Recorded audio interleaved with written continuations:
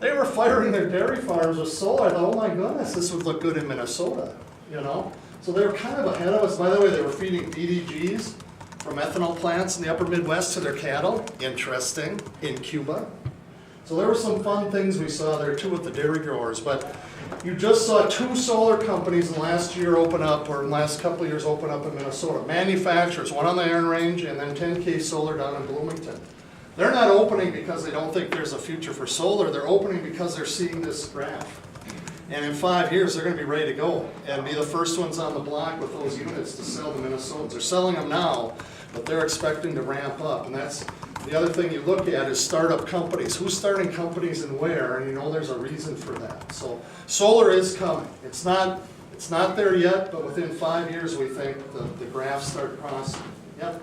The one that I was impressed in was, the article was in the Mother Earth News, it's from Montana. Yep. The people put that panel together, 12 by 16, and it's totally, I mean, it takes care of itself. Mm-hmm. And it does about the same thing as a wood boiler. Right. The pump will turn itself on, circulate the water when the sun is there, and then another pump will. And Minnesota has good sun, daylight. We're exactly the same in Minnesota for number of daylight hours in a year as Florida. People don't believe that, but we are. Well, when you look at the graphs.